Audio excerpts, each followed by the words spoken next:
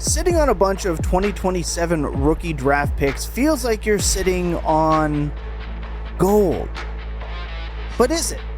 Are they overpriced? Why are they valued the way that they are? And should you avoid trading them at all costs, no matter the scenario? We're going to answer all that and more. This is the Dynasty Points podcast, and it starts right now.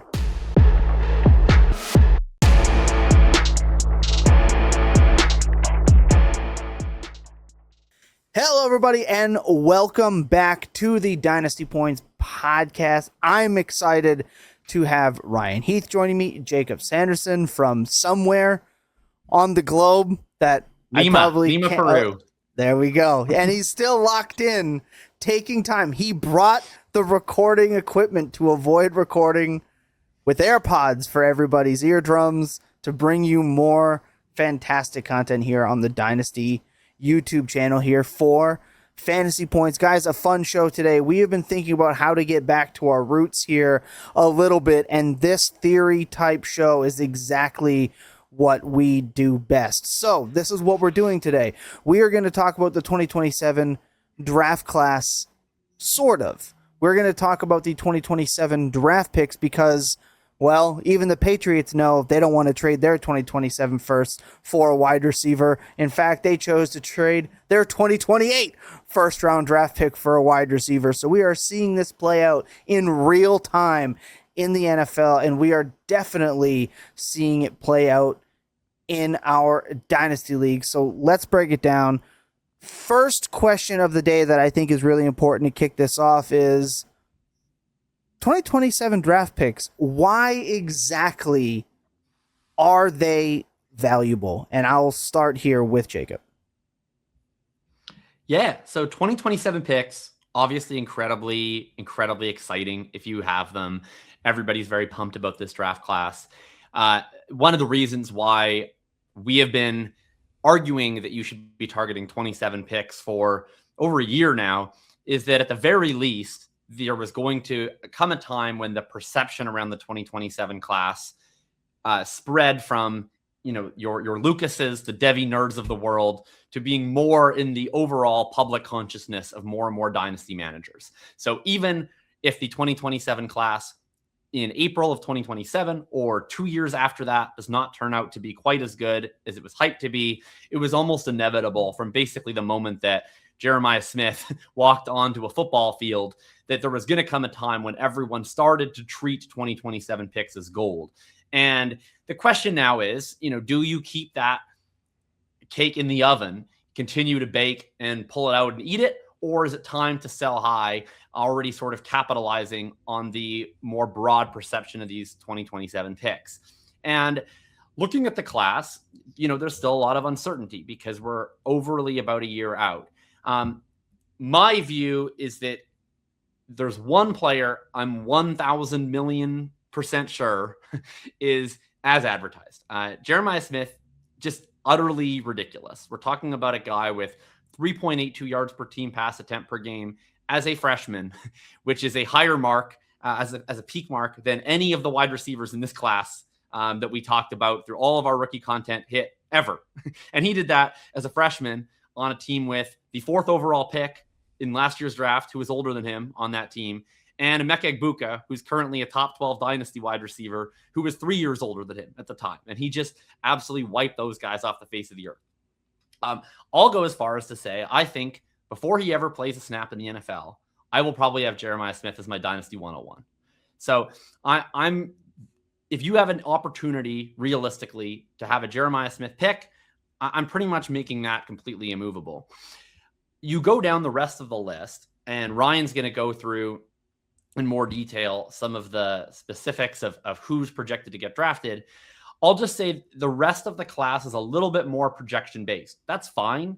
What we usually want to see from prospects is some signal in their first 2 seasons, and then hopefully a really high peak in that 3rd season. So there's a lot of prospects who could look elite with a great season in the upcoming year, but who probably require that.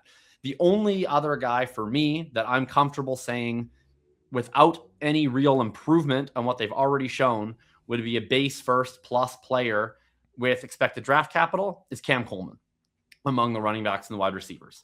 So I could see a scenario in which, the depth of this class that Ryan will go into, the late firsts, because there's expected to be a lot of running backs, receivers, quarterbacks coming off the board in round 1 and early round 2, those late firsts, early seconds become very valuable.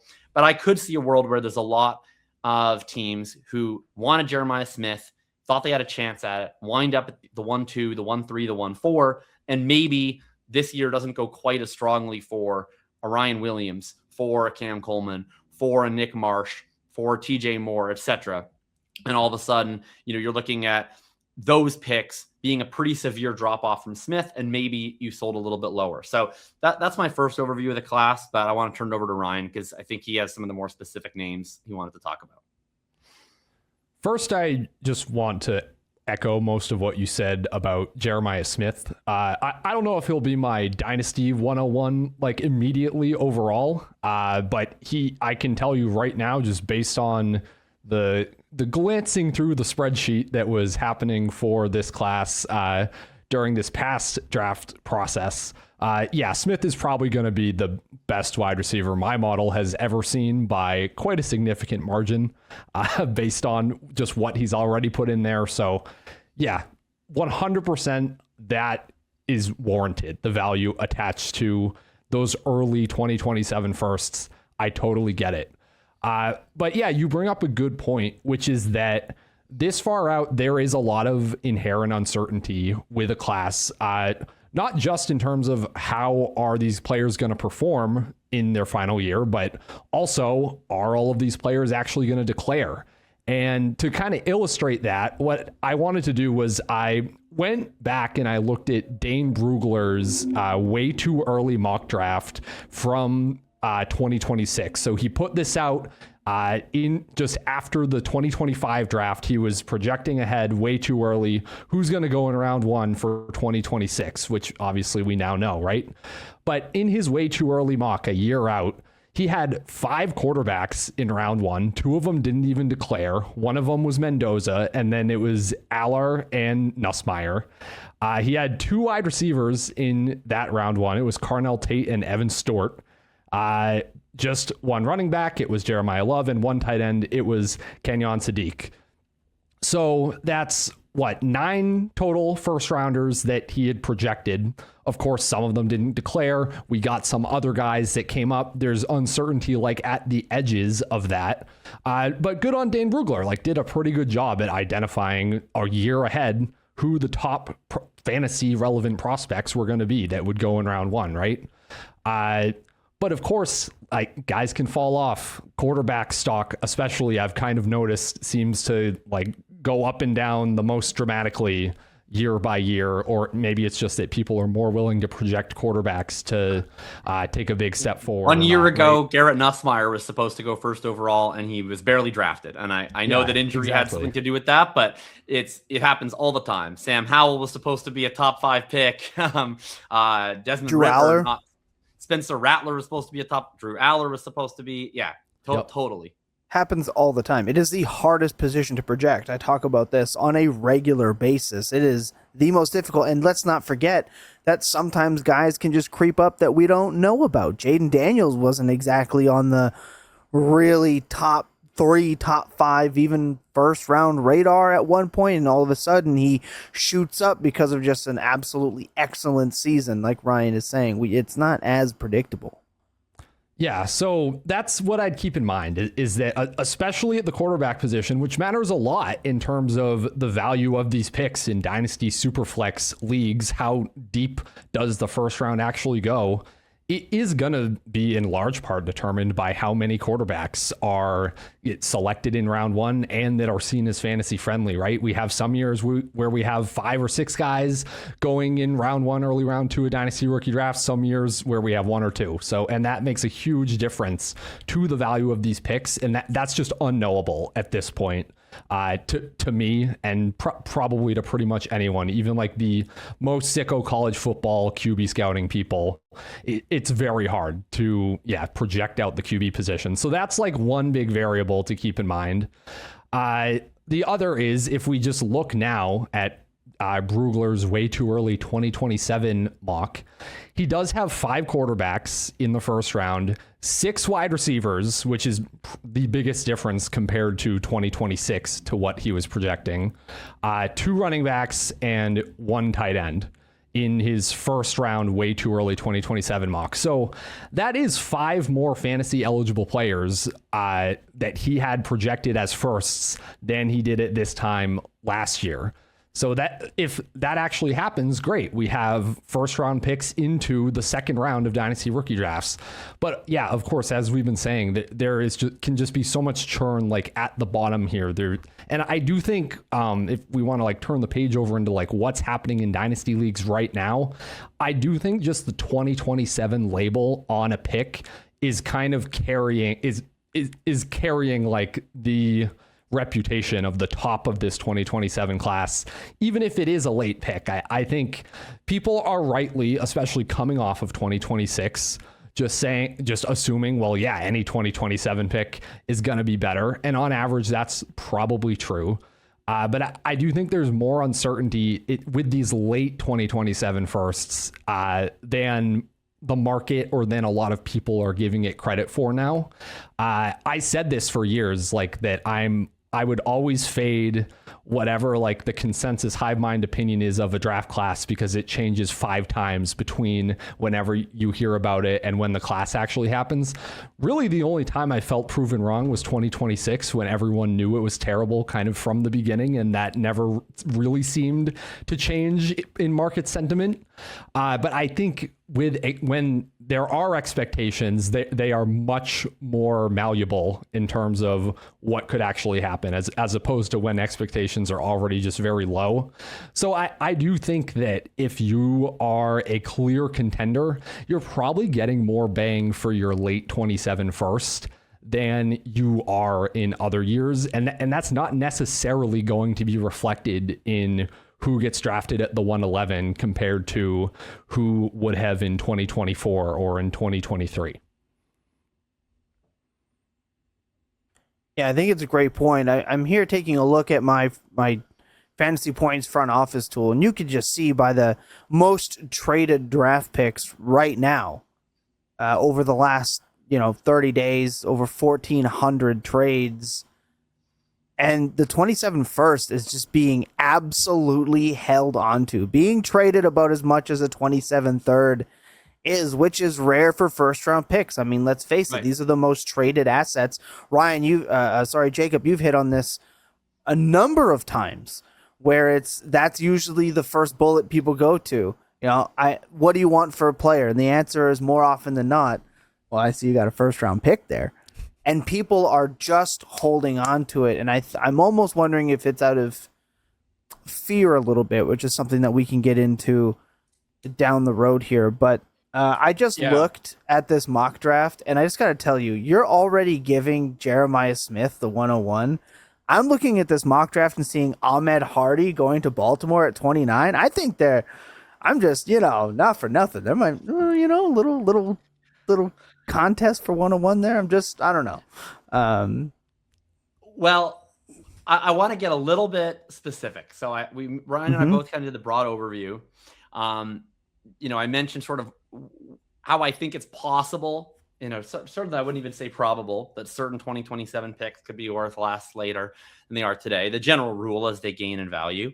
But let me be more specific and talk about, okay, what kind of 2027 picks would I actually trade and what would be the kind of pieces I'd want in return? The number one type of 2027 pick that I would be willing to offer would be the 2027 first of someone else's team that looks really terrible.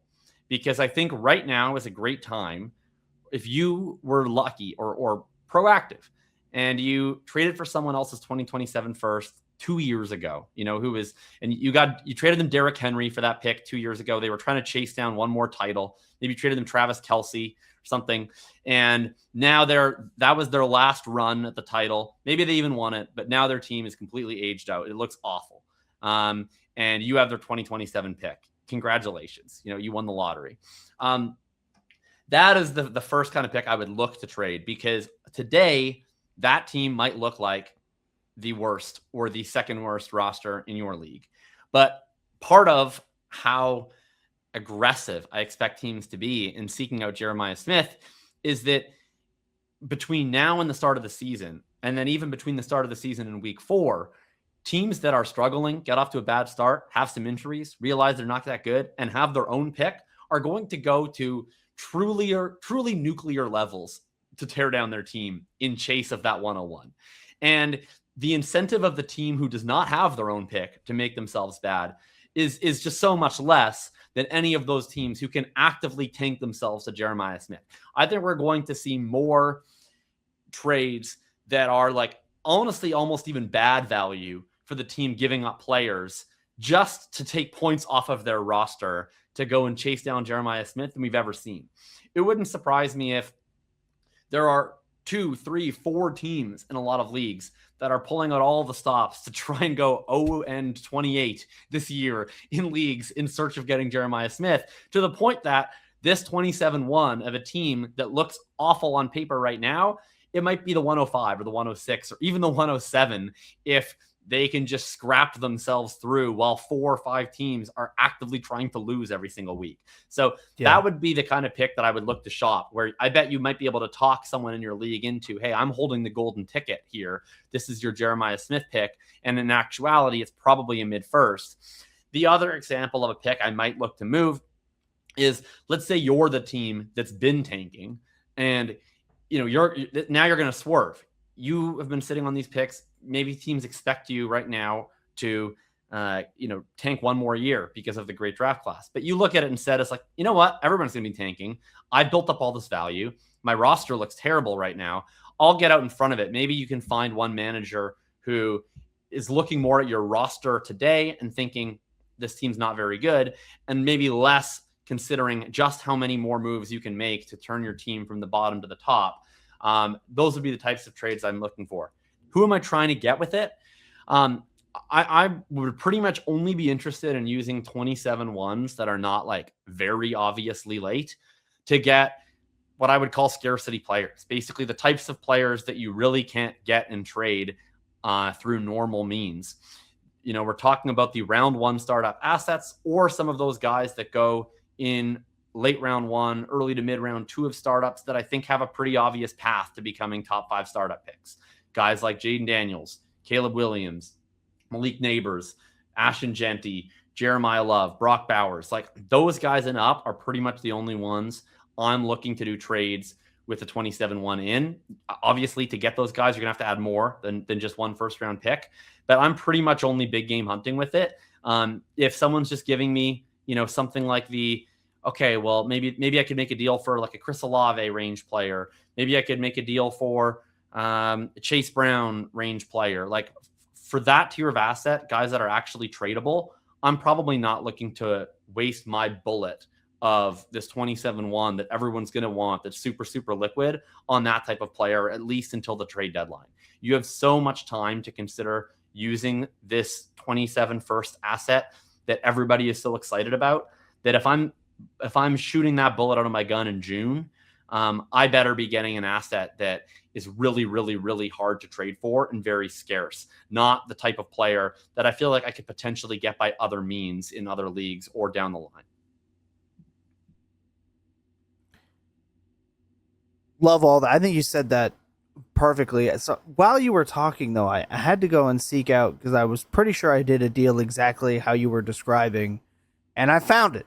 June 10th of 2024 in week 1, I shipped away Cooper Kupp to a team wanting to scrap and fight and a little loose with their first round picks. Looked at their team and saw they were probably a couple stub toes away from not being very good.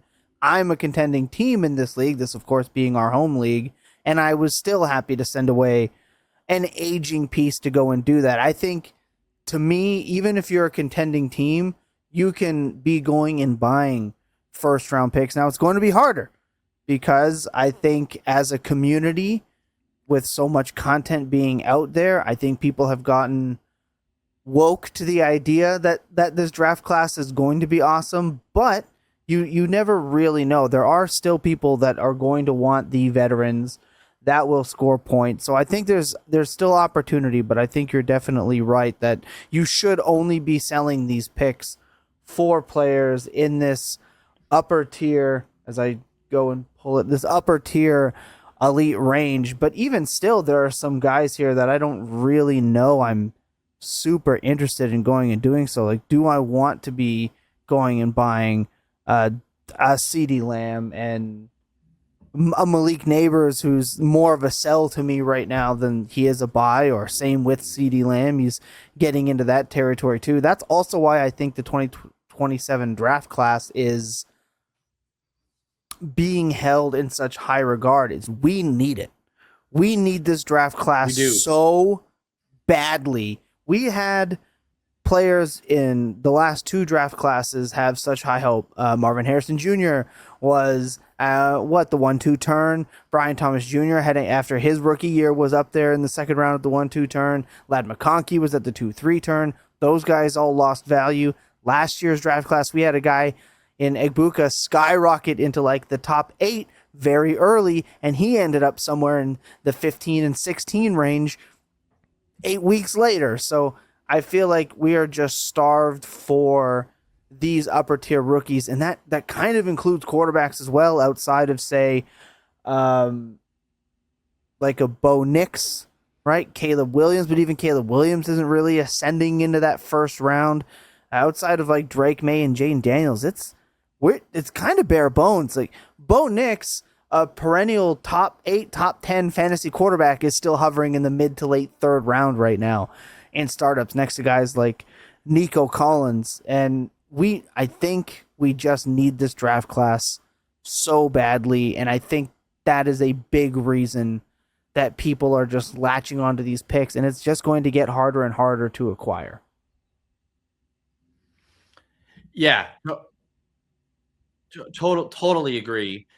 I just want to be super clear with one thing too that I said, is that like I'm not arguing that like a 27-1, especially a late 27-1, is worth more than a Chris Olave. Like if you look at my rankings, that's not the case. My argument is specifically about the limit you have on liquidity. Now maybe you have 4 27 firsts, and this is less of an issue. But for the average team that has 1, maybe 2 2027 firsts on your team, my argument is you have 1 chance to move your 27 first, right? Even if you've decided, I'm willing to move this pick, I want to move this pick, I want to make my team better this year, you can only make that deal once. And so the issue is, maybe you get a player that's just obviously worth more, than what that pick is, and you do it.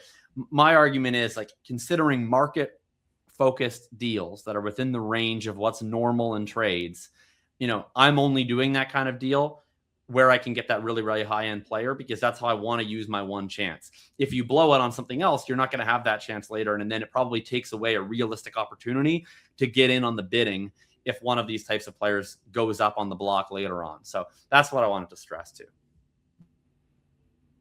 Yeah, I don't have much to add. I just think that both of these points that you guys just made are really important. Yeah, one being that the 27 first, or any time, this goes for kind of any asset that's just in demand, right?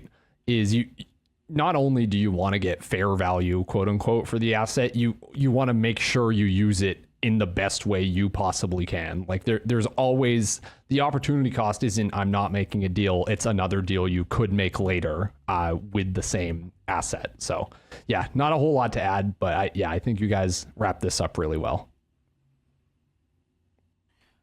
Perfect. What we're going to do is we are actually going to take our own teams from our active leagues and see if these are teams that we're going to maybe look to trade for some 27 first, what we would trade on these teams. Just give you some real life examples from our real life teams and kind of talk through some of these processes. Maybe put a couple of trades out here while we're at it. I know Ryan and I, when we were putting this show together, we were like, you know what, that trade kind of works. Let's see if it goes.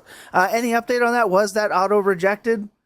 You know what? Just why don't you pull open the roster? We can put the trade together here, and just to show everybody, and we can leave it suspenseful. I can kind of walk everyone through our thought process here, and you guys can be the judges on this.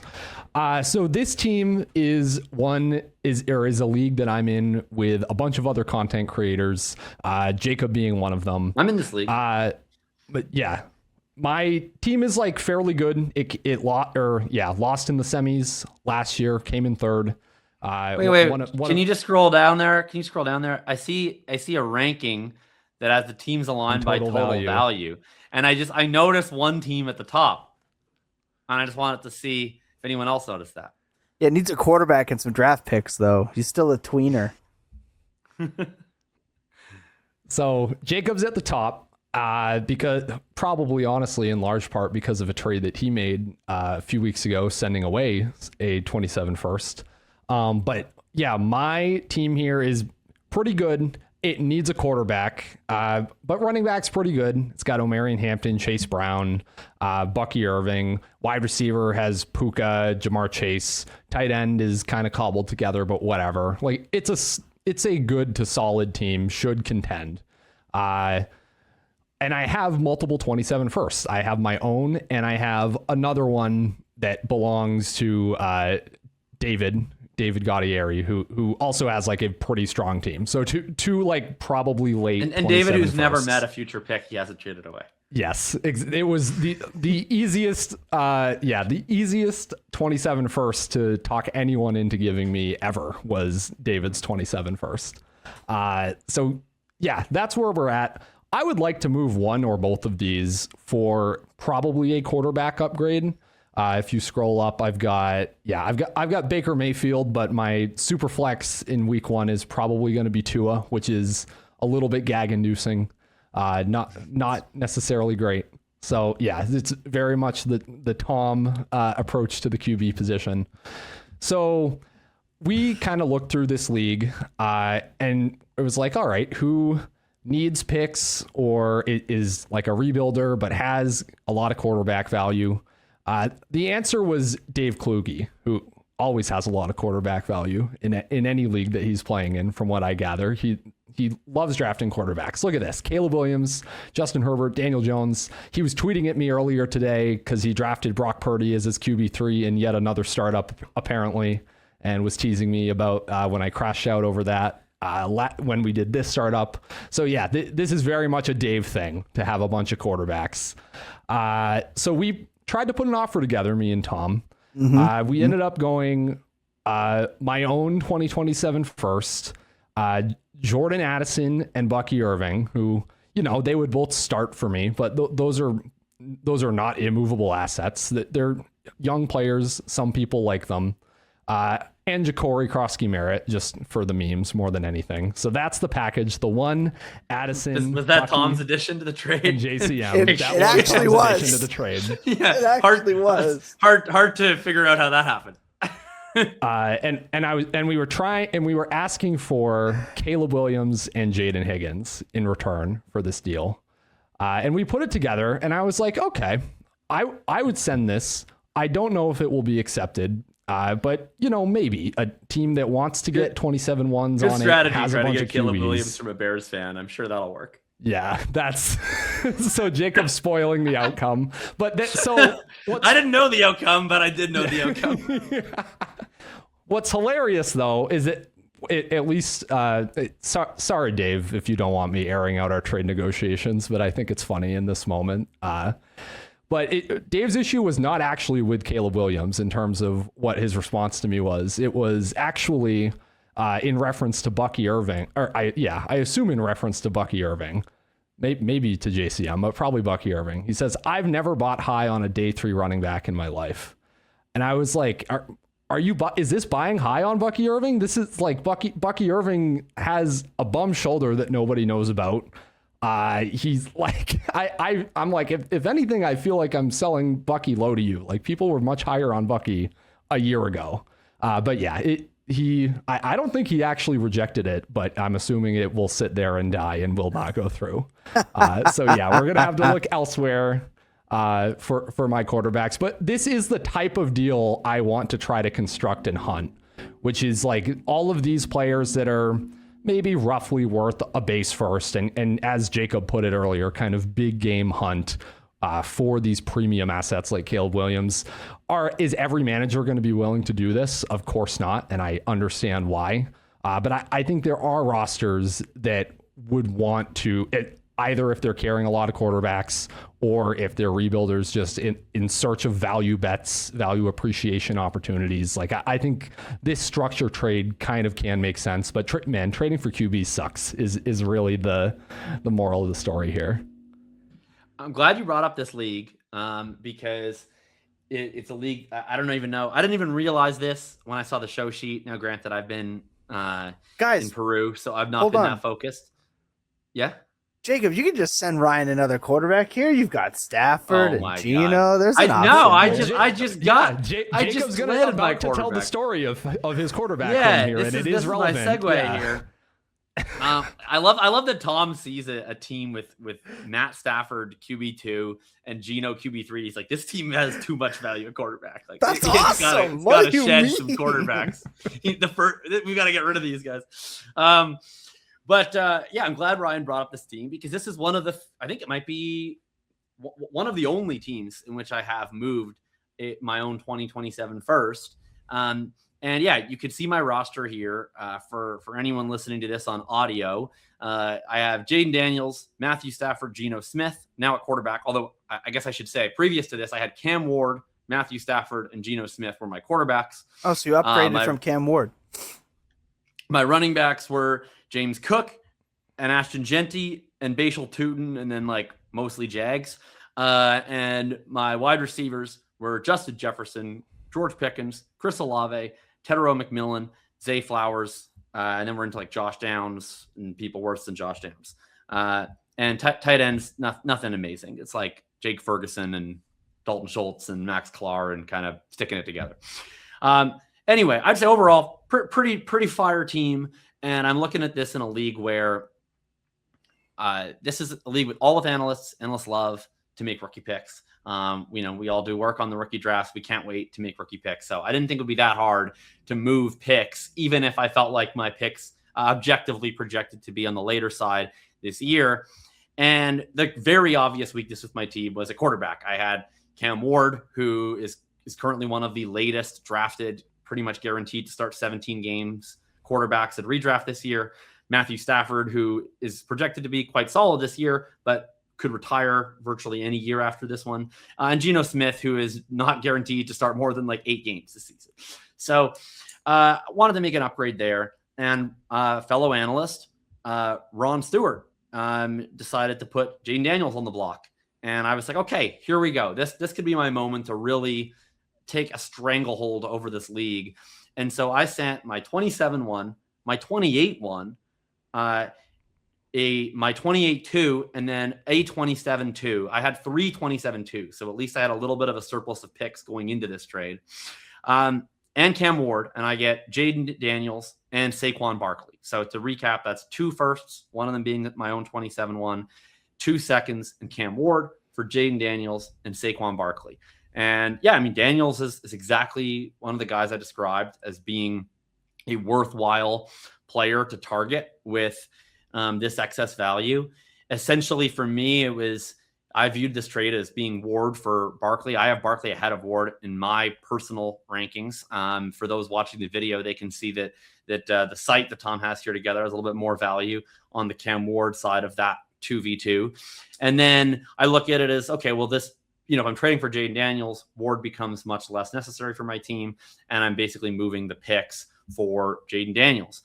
I have no idea if this is a win or a loss on the math. I hate trade calculators, famously. But in my gut, this was a deal that fit what I wanted to do with my team and leverage that 27-1 into a player that I think has a ton of value in a lineup that is now Daniels and Stafford, Cook and Genty, Jefferson, Pickens, Olave, Ferguson, Barkley, McMillan with Zay and Tootin on the bench, and I think projects to be a pretty solid team. Yeah, and the conclusion to this story that Jacob didn't tell you, but that I will tell you, is that there was a Jaden Daniels offer in my inbox, like while this was going down, and I had opened the Sleeper app, which I try to never do unless I'm real serious, because the app is just very unfun to navigate. I had opened horrendous. it. I was navigating Horrendous. it. I was selecting I was scrolling through, selecting players, making adjustments, and then my article went live, and I put my phone down, and then I picked it up an hour later, and Jacob had acquired Jaden Daniels, and I was just that felt brutal. I was very upset. Well, we got a little bit of a bonus for the what we would and would not do with the first. Jumping over to Jacob's portfolio, we really had to try to find a team that fit what Jacob wanted to do for these examples and for this episode. But Jacob, you think that you have found it. Let's talk through it. Yeah, so I'll first off say, one of my pet peeves is when analysts do content like this. They like intentionally only pick their good teams to talk about, to try and make themselves look good. This is probably one of my better teams. I have plenty of teams that are not as good. But I wanted to find a team that was a contender with multiple 27-1s to discuss, what would be a team to potentially trade away one or more of those 27-1s, which I think is an inherently a set of rules that demands your team is reasonably good. So here's the team. It has Dak Prescott, Sam Darnold, and Carson Beck at quarterback. So not a particularly amazing or valuable quarterback group. And then I have a very deep running back room That's odd for and you. wide receiver room, but not necessarily super high on like elite high-end talent. Like there's no round one startup pick on this whole roster. So it's Jonathan Taylor, Cam Scatteraboo, Josh Jacobs, which looked better a week ago, Travis Etienne, and Bashal Tootin and some guys at running back. So 5 plausible starting running backs. And then CeeDee Lamb, Drake London, Garrett Wilson, A.J. Brown, Zay Flowers, Michael Pittman, Jeremy Bernard, and kind of bums at wide receiver. And then tight end is quite deep and has Trey McBride, obviously, at the top of the room, plus a kind of an absurd depth at tight end with George Kittle, Oscar Delp, Juwan Johnson, Eli Raridan. So overall, I would say that the strengths of this team by a mile is depth. Like I currently have a bench that features Cam Scatteraboo, Bashal Tootin, Zay Flowers, George Kittle, and more. The weaknesses really is just I don't have like that top half of round one startup player anywhere on the roster. And the quarterback position is pretty mid. I only have 2 projected starters. Neither are top 12 dynasty quarterbacks. If you scroll down, I have all of my own picks, and I have 2 additional 2027 firsts. One is my buddy Habib's. That team has been basically 1 and 2 with me in the league for the last while. I would be stunned if that pick is any earlier than 9 or 10. And the other one is a team that has been contending for a while, but is getting a little long in the tooth and is relying a lot on Tua Tagovailoa this year. So I would say that is a pick that could go either way in 2027. And then, of course, I have my own. And I was flying from Cusco to Lima, so I couldn't make our production meeting. So I have not sent out any offers yet. My goal is to talk to you guys, generally what would be the type of offers you might consider, and maybe we'll look at a specific team that has something that you guys come up with, and I can craft something here before the end of the show. Yeah, I mean, there's 2 kind of directions you can go. You can either try to add at quarterback and use like some of the absurd like bench depth that you have to aid in doing that, and go for like a Caleb or a Daniels or that type.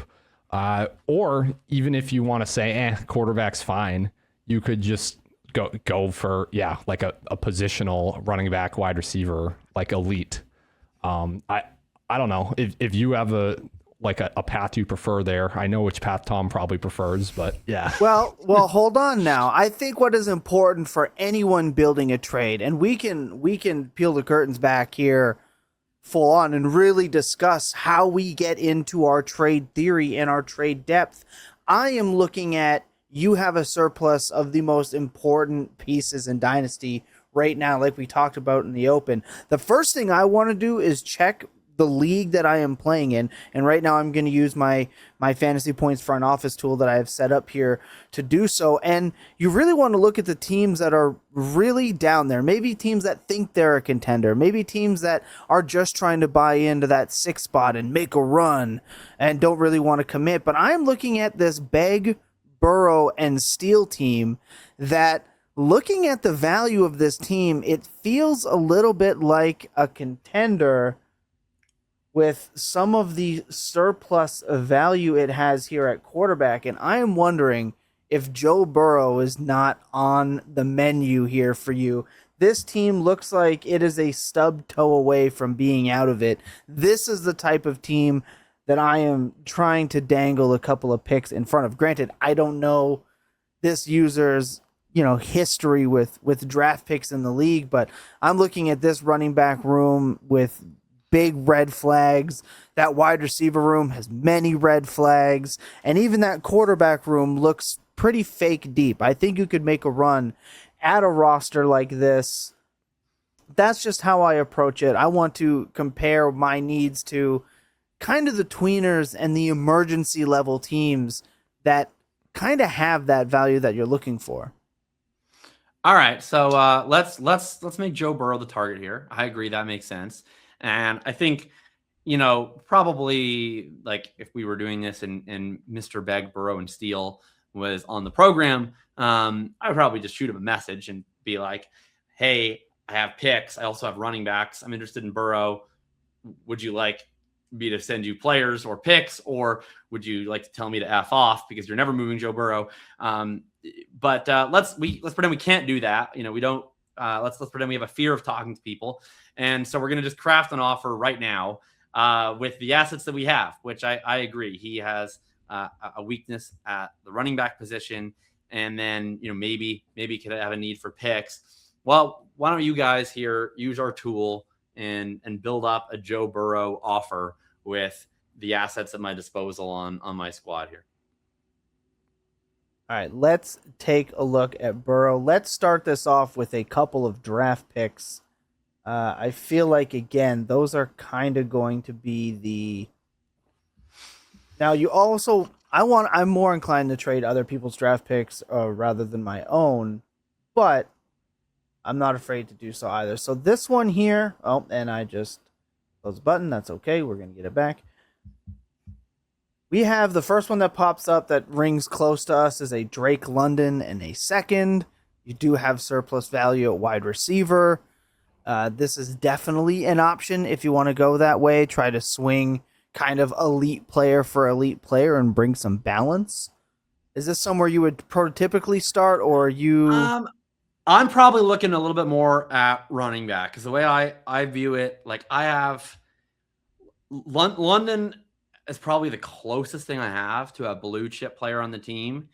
I'm probably looking more at now. I mean, in a perfect world, I'd like to move like Jacobs or Etienne, but that makes not a lot of sense with a bunch of picks. So I'm looking at this as maybe let's look at the two younger running backs I have. Cam Scattaboo, Bashal Tootin, and picks, and maybe let's try to form an offer that has at least one of those running backs and picks that addresses kind of both of his areas of weakness and keeps the team on the same timeline.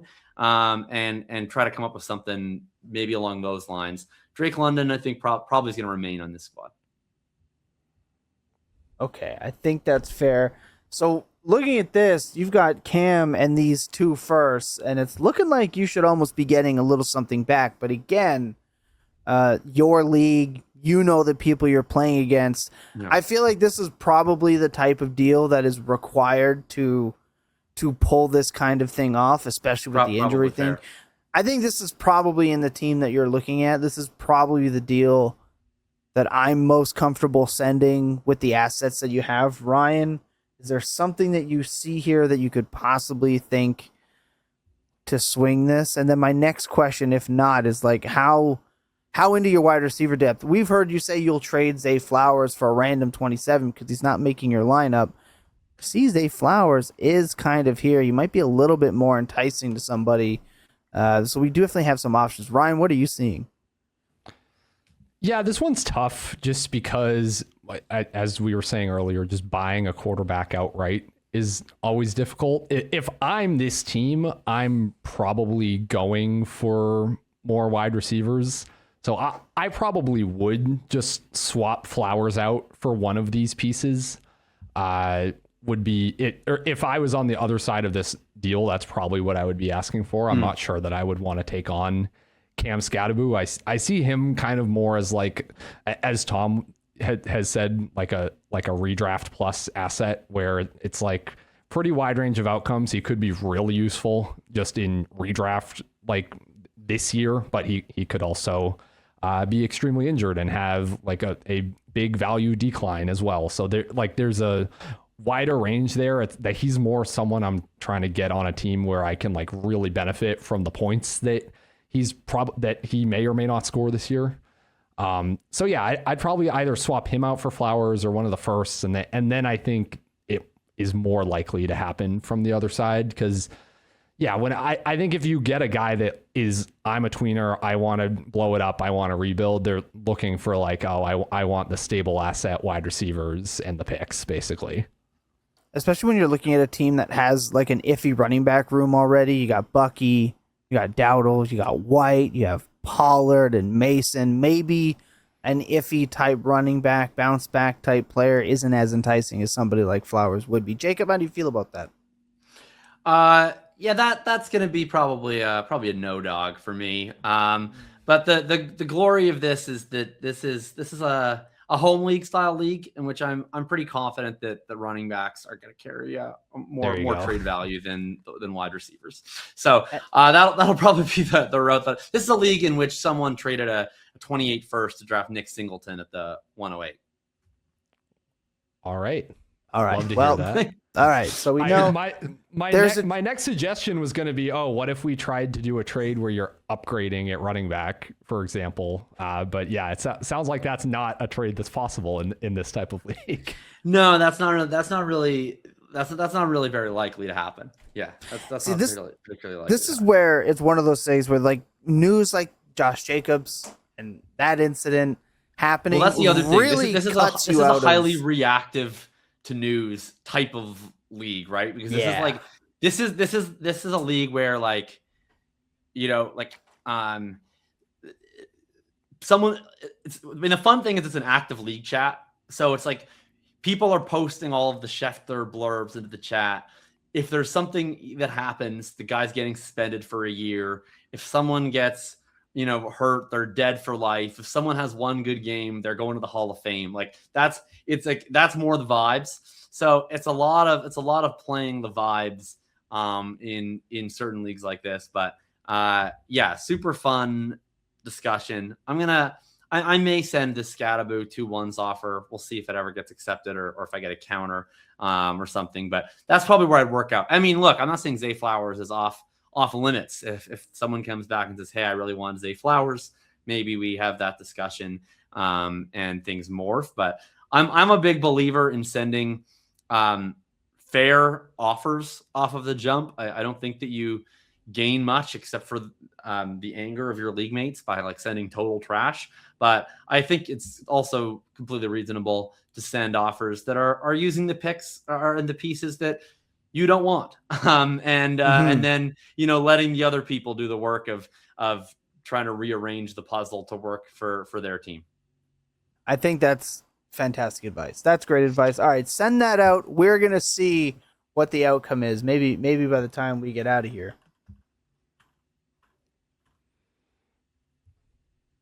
Jumping over to one of my leagues, I really wanted to find a league that I didn't think you guys were going to do.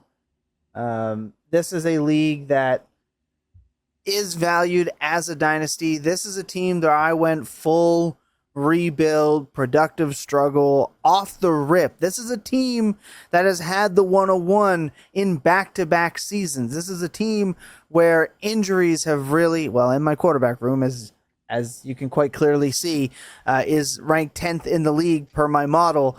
It's not uncommon if you look through. I think through all of my leagues, Ryan, you and I figured out that I had 3 teams that were above 5th in total quarterback value. I play by how I talk. For better or worse, I ride or die with my old gross QB2s. This is a team that definitely needs a quarterback upgrade and feels like it's right on the cusp of contending. I do have multiple 27 first, so this is a team that I have chosen. This is a old Full Tilt Discord listener league before getting 2 fantasy points. Now, the 2 quarterbacks on my roster are 2 quarterbacks that I drafted. I did not draft a quarterback in this league, strong at the running back position with Gene T, Hampton. I mean, Brooks is definitely picking up in overall value. Pour one out for my guy, Marshawn Lloyd, who thought about entering a game post Josh Jacobs news and got injured. So just the thought of playing more was enough for him. You've got Neighbors, Egbuka, Garrett Wilson, Chris Olave, Waddle, Christian Watson, and Pearsall. This is the Twitter boy style of team. And then, of course, at tight end, Kyle Pitts, Gadsden, my guy Likely, my guy Gunnar Helm. And, of course, this draft has not happened yet, which is also where we have some room to make some moves. So 27 first, that is mine. I have the 101, so you can put love on this team. And I have the 110 and a couple other seconds. So there is firepower here with this team, but I really want to focus here on this 27 because if these 26 picks go the way that I am hoping, we are adding love to this running back room, and I just maybe got to hope Penix can beat out Tua somehow. I'm not quite sure. I don't think the Falcons are sure, considering they posted QB none on their Twitter account, which I thought was odd for them, but the Falcons seem to have one of those slip-ups every single offseason. So, gentlemen, I think quarterback is the way that we're going to need to attack this, and this is a team I do not want to really send my 27 first on because we are not a locked on contender, but boy, are we close. I will let you guys make that final call here, obviously, as we send out trades, but let's look at the total value. Obviously, shout out listener, close friend of the show. We've got DeBaradox. We have some other very smart players here in this league, and I will tell you they're a little bit tough to pry some players away. I mean, we even have one of our close friends, Jacob Austin, is in this league himself, and we know how difficult it can be to pry any value away from him. So let's have a look here. Where do you guys think this team needs to improve? Or is it just the big, ugly duckling in the room? Yeah, I think it's the quarterback room. Tom, have you considered simply drafting Fernando Mendoza, who plays the most important and valuable position in Superflex Dynasty? But how does that? No. Yeah, I'm joking. To be I clear. also I'm doing a Scott good. Barrett inspired today. All right. Yeah. Okay. I was about to lose it. I was picking that up. I think Jacob just had a small heart attack across the globe. I've been chewing too many cocoa leaves over here. That's right. That's right. I would look at Play Naked's roster just as a tweener, kind of in the middle of value. Should be easy to see. He's not wearing any clothes. see directly into this roster. Oh, perfect. All right. Well, I don't know anything about this guy, but like, if this would be a good time to send an offer for Jalen Hurts. You know, we just lost AJ Brown. Feels like a fun thing to do right now. The problem is the big issue is, as always, 3 quarterbacks. They generally want one back. This feels like a trade where I would have to send that 101 away, plus probably that next pick if I'm not sending a quarterback back. But couldn't you potentially get away with sending Penix, where he's not a locked-in starter, but if you're a team that has If you're a team that has 2 other starters, I could see a world where you're kind of willing to take Penix on as a third. And then it's you don't feel as though you have nothing at quarterback after your top 2, but you're kind of okay taking that on. I mean, obviously, I know nothing about what Play Naked's opinion on Michael Penix, right? He needs to actually like Michael Penix somewhat. But I could see a scenario where you include him as part of the deal. You rock with just Hurts and Dart. You have your 2 starters. And that could be something that makes sense. Here's another team that you've pulled up now that has 3 clear starters at quarterback. less sexy options, and maybe that's You said you have the a route 110 to go. I have the 110. I have the 1-1, the 110, and a bunch of seconds. Can you think you get Kyler for just the 110? Not Probably off not. Austin. Not off Austin. Oh, No, okay. that is I don't so that I don't is know that whose is roster I'm looking at. Gotcha. All right. I only know one guy in this league, but that guy has like 2 Kyler Murray jerseys. yeah, All right. he is. Never mind. I'm pretty sure his Yeah. home league team name is still Go His Cards. his rostership is like surely 100% on Kyler Murray. The one thing I'll say, this is less about a specific target, but you actually have a team where if you could find the right target, this is the team maybe to try and get a quarterback off of.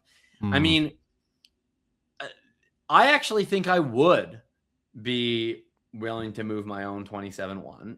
Your value tool here rates you as the second most valuable team in the league. But I agree, like there might be some managers that look at your team and be like, like you're a ways away from being a top contender. You just got the natural 101 this year.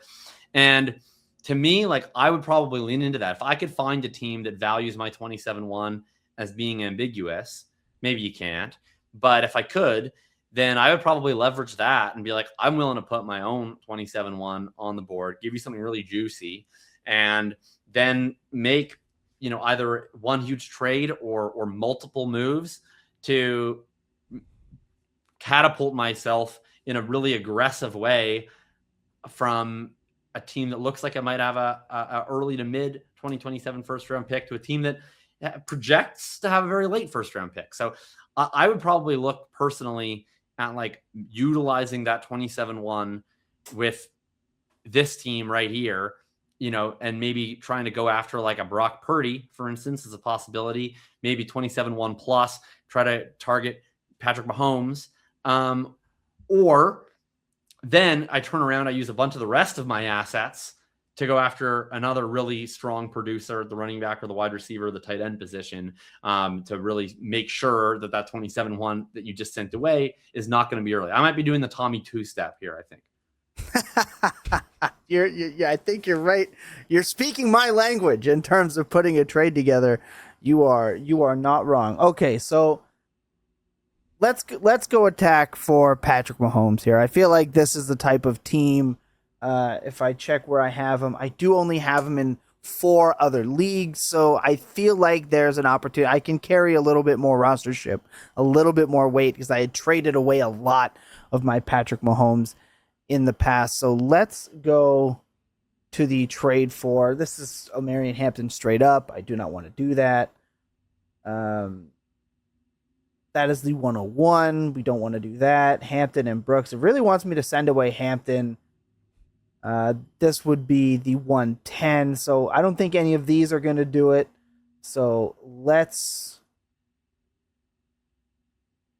build this out the way we want to build it out. So we have Patrick Mahomes here. Let's add our 27 first. Oh, that cuts me. That cuts me real deep. We can go. Let's send that 110 away. Now this puts it. Do we think that is enough, or should we maybe shoot bigger? Maybe let's go add a Kyron Williams, which someone might be a little bit more willing to, let go last year of his contract, 50-50 split talk. The other thing I was thinking about is Chris Olave in your starting lineup? Like, this is a team right where okay, but you've got Waddle, Watson. I have options. That's the thing. Okay. Like that. This is a team where I might be willing to like slap off like my last flex player there, or like end of bench type of wide receiver that is realistically, they like, if they're valued close to a first, they're just really like a less liquid first that scores points. Yeah. Like if you can do that and like sell them as a first, that's something I would at least try. Not every manager is going to be into that, but some like their wide receivers. Yeah, I mean, I would probably look at doing something like, maybe I even take. I'm trying to think, like something like your own 27-1 plus Watson plus, I don't know, whatever you need to do in picks to get that up to Mahomes. Take Kyron out of the deal. Because to me, I would actually really want to not get other pieces with Mahomes in the deal. Because to me, part of the selling point of the trade is, hey, my team isn't that good yet. So if I can get rid of Watson, not take in Kyron's points in this deal, and I do this trade, I can see the other person being like, that's not really going to quite get it done. Then I go ahead and turn around in my next deal. I try to look at getting that Kyron type piece. I definitely think moving, you can pick who you want. I just threw out the name Christian Watson because I saw him there. But like Ryan said, moving because you seem to have like a glut of wide receiver twos. I do. And I think through either this trade or a subsequent one that you make later, churning out some combo of some of your surplus picks, a couple surplus wide receivers, and get a top 10 quarterback and a very high impact running back or wide receiver, I think is probably the route to go. Because I think currently you look like you're in the mode that a ton of high value rebuilding teams are in, which is that they have a lot of assets and value, but it's spread amongst like a ton of like round 3 through 6 startup players. And there's just more value across the whole of your roster than you're able to consolidate into your actual starting lineup. And that requires moving some attractive younger pieces and hopefully picking the right ones that don't completely skyrocket in value, to other teams to go and get higher end production to consolidate some of the abstract value that is currently scattered throughout various assets and concentrate that into 2 to 3 very, very high impact starters mixed with all of this other depth that you have across the rest of your roster. Okay, it is sent away, the 27 first, the 201, the 212, and Christian Watson has been sent away. I think the one thing that none of us have really hit on, which is very important, is it is not just what your team looks like at the end of the 2026 season. Right. We are really thinking long term. What is this team going to look like? Am I going to be really upset if, this team does not feel like another 101 team here unless the actual worst things happen or I don't get a quarterback figured out. I feel like I'm not going to be sad about missing out on 105 or 104 or 107, which really breaks down what that base pick is, because right now we are looking at a base pick value. And even if I open up my recent run of tiers, I feel like Patrick Mahomes is here at a 2 base first value. So we've got 2 seconds, Christian Watson, my 20. So that's a little bit higher than I really want to be sending away. But the 201 this year feels, like a mid to late 2 potentially next year right now. And that can change. So that trade is out. I think Tyler Shugg is going to be another 110 and a second, I think, possibility for me. I think that's where our guy here, D. Lohman, is going to counter. But that is just a really fun way for us to apply our theory with some of our teams, pull the curtain back, show you some really fun things that we're working on, and kind of talk through how we ourselves play Dynasty instead of just talking about how you should play Dynasty. Because I feel like the more clarity you have, the more understanding of how we play as content creators. And again, most importantly, not just content creators, but people in the trenches, right? We're in the streets here with everybody else. So putting our money where our mouth is. I hope you guys enjoyed the show. Let us know what you guys think of the 27 draft class. Let us know what you guys are doing with your picks. We've sent some away today. We've shown you that it's not always a bad thing to send your 27 draft picks away, but it's pretty much always a good thing to buy them. So keep that in mind as we move forward. We look forward to the 27 draft class. We look forward to playing out the season for you. Updates will be around next week to see how many of us get our deals done.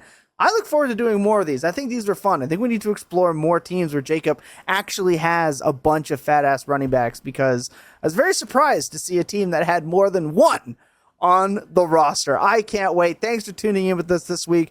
For Ryan Heath and Jacob Sanderson, I'm Thomas Tipple. Remember that clear eyes and full hearts can never lose, and that your best days are always spent tilting. We'll see you guys next time.